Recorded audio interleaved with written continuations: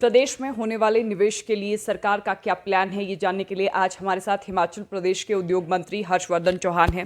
अब पहला सवाल आपसे, केंद्र की तरफ से बल्क ड्रग पार्क के लिए 225 करोड़ की सहायता अनुदान राशि प्रदान की गई है। अब स्टेट अपने स्तर पर क्या कर रहा है? नहीं, जो बल्क ड्रग पार्क है ये हिमाचल प्रदेश के लिए एक प्रेस्टिजियस प्रोजेक्ट है और इस पे जो है हमने बहुत तेज़ी से काम शुरू किया हुआ है। इसमें सबसे पहली बात तो ये है कि हमने जो HP bulk drug infrastructure institution है उसको हमने रजिस्टर कर दिया है। आज से पहले नहीं था। उसके रजिस्टर्ड होने के बाद जो है कंपनी अफेयर्स में रजिस्टर होने के बाद हमें पहली किस्त 225 करोड़ रुपए की हमें प्राप्त हुई है। अब हमको इस बल्क पार्क को तेज़ी से डेवलप करना है, जिसमें हमें 3-4 रिक्वायरमेंट है। पहले तो हमारे को लैंड डेवलपमेंट का है, उसके लिए हमने DPR तैयार कर ली है और हम जल्द ही उसको लैंड को डेवलप करने के लिए है वो आगे प्रक्रिया जारी कर रहे हैं। दूसरी, हमको वाटर अवेलेबिलिटी की ज़रूरत होगी और अभी हमने इमीडिएट जो हमें पानी की वहाँ ज़रूरत पड़ेगी वो हमने 10 जो है बोरवेल जो है वो खोद करके हम वहाँ अपने साइट पे पानी लाएंगे, जिसकी लागत लगभग 20 करोड़ रुपए की है। और हमारा ये भी है क्योंकि उस बल्क ड्रग पार्क के साथ जो है और भी यूनिट्स आएंगे। जब वो बल्क ड्रग पार्क कंप्लीट हो जाएगा तो हमको पानी की जो रिक्वायरमेंट है वो राउंड अबाउट 50 MLD लगेगी। तो 50 MLD की रिक्वायरमेंट को पूरा करने के लिए जो है हम जो है ये नालागढ़ से जो है BBMB के वहाँ से पानी को लिफ्ट करके जो हम लाएंगे, क्योंकि ऊना में जो इस वक्त हमारे बल्क ड्रग पार्क एक बहुत प्रेस्टिजियस यूनिट है जो राउंड अबाउट 2000 करोड़ की लागत से बनेगा। उसके अलावा वहाँ पे हमारा जो है एक है हमारा अमोनिया का प्लांट लग रहा है, वो भी कोई राउंड अबाउट 10,000 करोड़ रुपए का है। वहाँ पे भी जो पानी और बिजली है बहुत बड़े लार्ज स्केल पे लगने जा रही है। इन शॉर्ट हम कह सकते हैं कि 3 साल का टाइम तो लगेगा ही। हाँ, मिनिमम 3 इयर्स हमारा जो टारगेट है उसको शुरू होने में बल्क ड्रग पार्क को मिनिमम 3 इयर्स लगेंगे।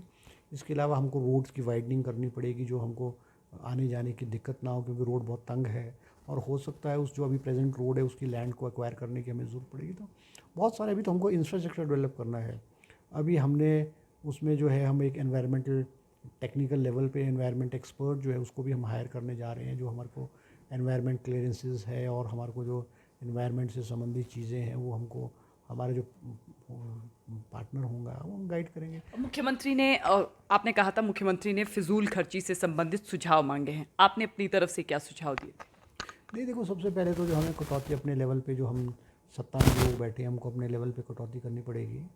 हमको अपनी जो स्टाफ है, अपनी गाड़ियाँ हैं, अपने खर्चे हैं, उन पे कटौती करनी पड़ेगी। बहुत सारे हमने मुख्यमंत्री जी को सुझाव मौखिक रूप में जो है दिए हैं, वो हम अभी तो मतलब मीडिया में वो हम नहीं डिस्क्लोज़ कर सकते, मगर हमें उम्मीद है कि थोड़े थोड़े करके जो है वो चीज़ों को कटेल किया जाएगा, ताकि जो है सरकार का जो पैसा बचे और जो है विकास में जो है वो पैसा जो है लगाया जा सके।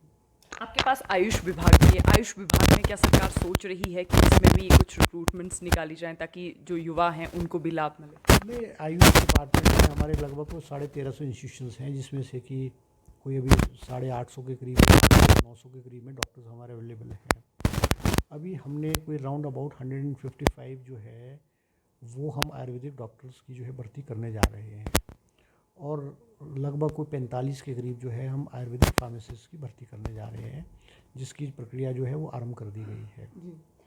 इसके अलावा हम जो है हमारे आयुर्वेदिक जो सेंटर्स हैं, आयुर्वेदिक हॉस्पिटल्स हैं, जो विशेष करके डिस्ट्रिक्ट हॉस्पिटल, वहाँ हम जो है पंचकर्मा है और ये जो पंचकर्मा है और इन चीज़ों पे जो हम फोकस कर रहे हैं।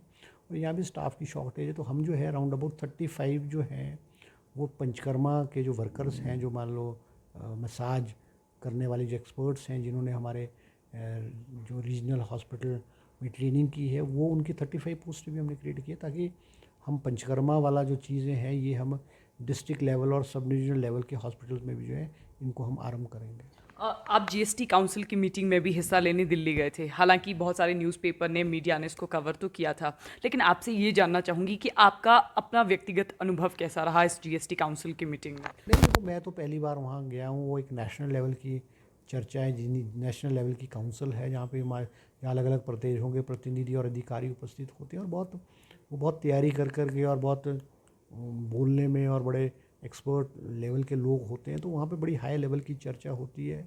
तो मैंने भी वहाँ पर जो है उनको ऑब्ज़र्व किया और मैंने भी एक अपने तरीके से हिमाचल प्रदेश के जो इश्यूज़ को उठाया है। तो बड़े बड़े स्टेटों, क्योंकि बड़े बड़े स्टेटों के बहुत बड़े बड़े इश्यूज़ हैं, बहुत बड़े बड़े मुद्दे हैं, और जीएसटी के जो रेट्स हैं उनको इंक्रीज़ और डिक्रीज़ करने से उन स्टेटों में करोड़ों रुपए का इफेक्ट पड़ता है। तो वहाँ पे बहुत विस्तृत चर्चा और डिटेल में चर्चाएँ होती है। अब एक वो नेशनल जीएसटी के नेशनल ट्रिब्यूनल बनने हैं और हर स्टेट में जो है वो ट्रिब्यूनल बनने हैं। उस पर भी कोई लगभग 2 ढाई घंटे विस्तृत चर्चा वहाँ जीएसटी काउंसिल में हुई है। कई स्टेटों का मानना था, छोटे स्टेट के भी नेशनल जो ट्रिब्यूनल्स बने हैं स्टेट के, उसमें कितने मेंबर हों, कितने टेक्निकल हों, कितने जुडिशियल हों, एक विस्तृत चर्चा हुई। और कई स्टेटों का तो मानना था कि वो बड़े बड़े स्टेट्स हैं तो वहाँ पे दो भी तीन भी जो ट्रिब्यूनल्स बनेंगे, तो इसमें विस्तृत रूप से चर्चा हुई। तो एक बहुत बारीकी से और एक बहुत हाई लेवल की चर्चा जो है वो जीएसटी काउंसिल में होती है और मेरे लिए एक बहुत अच्छा अनुभव है और मुझे वहाँ पे बहुत सीखने का जो है मौका मिला। आपके विधानसभा क्षेत्र के पूर्व में रहे एमएलए बलदेव तोमर लगातार आपके विषय में कह रहे हैं कि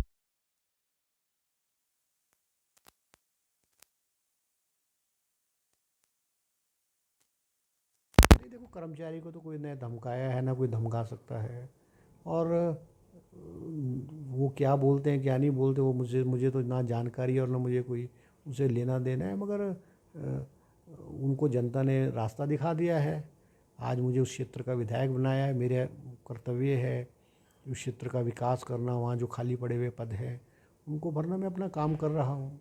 पंचायत में हुए भ्रष्टाचार को लेकर साफ शब्दों में लगातार भाजपा कह रही है कि आप पहले जब विपक्ष में थे तब सवाल उठाते थे, अब जब मंत्री बन गए हैं तब चुप है, ऐसा क्यों? नहीं, देखो, जो ब्लॉकों में भ्रष्टाचार है वो बहुत बड़े लेवल पे भ्रष्टाचार है। मैंने उसको विधानसभा के अंदर, विधानसभा के बाहर भी उठाया। अभी तो मैं, क्योंकि एज ए मिनिस्टर मेरे पास बहुत सारी प्रदेश की जिम्मेवारी है और अपना डिपार्टमेंट भी देखना है, तो अभी मैं उस लेवल पे, उस स्तर पे फोकस नहीं कर पाया हूँ। मगर मैंने वहाँ के जो अधिकारी हैं, बीडीओज़ हैं, एसडीएम्स, उनको सख्त हिदायत दी है कि वो इन जो भी पेंडिंग इंक्वायरीज़ हैं, कंप्लेंट्स हैं भ्रष्टाचार के लेवल की, आप उसको इंक्वायरी को कंप्लीट करके और उसको कंप्लीट करें, और जिसने भी भ्रष्टाचार और अनियमितताएं बरती हैं उसके खिलाफ एक्शन होना चाहिए। कल आप और 3 विधायक बॉम्बे भी जा रहे हैं, इसका कारण? कल जो बॉम्बे हम जा रहे हैं वो तो जो है फार्मा की जो है वो एक सेमिनार है, नेशनल लेवल का सेमिनार है, और वहाँ पे हम जो है एमओयूज़ भी साइन करेंगे। हम बड़े बड़े जो फार्मा के यूनिट्स के ओनर्स हैं उनसे वार्तालाप भी करेंगे, और हम इनवाइट करेंगे हिमाचल प्रदेश में निवेश करें। हिंदुस्तान का सबसे बड़ा हब जो है फार्मा का वो हिमाचल प्रदेश है, और हम उनको कहेंगे कि वे आप यहाँ हिमाचल प्रदेश में आएँ, अपने यूनिट्स को एक्सपेंड करें, और कई जो हिमाचल प्रदेश से बाहर जाने का मन बनाया है उनको हम उनको रोकने का प्रयास करेंगे। जो भी सुविधाएं हम हिमाचल प्रदेश सरकार जो है और हिमाचल प्रदेश के उद्योगपतियों को दे पाएगा, हम देंगे, और हम एक नई इंडस्ट्रियल पॉलिसी जो है वो हिमाचल प्रदेश में बनाने जा रहे हैं। हिमाचल प्रदेश के उद्योग मंत्री हर्षवर्धन चौहान खास बातचीत में हम आज हमारे साथ मौजूद थे। तो बहरहाल संवाद भारत के साथ अभी के लिए बस इतना ही।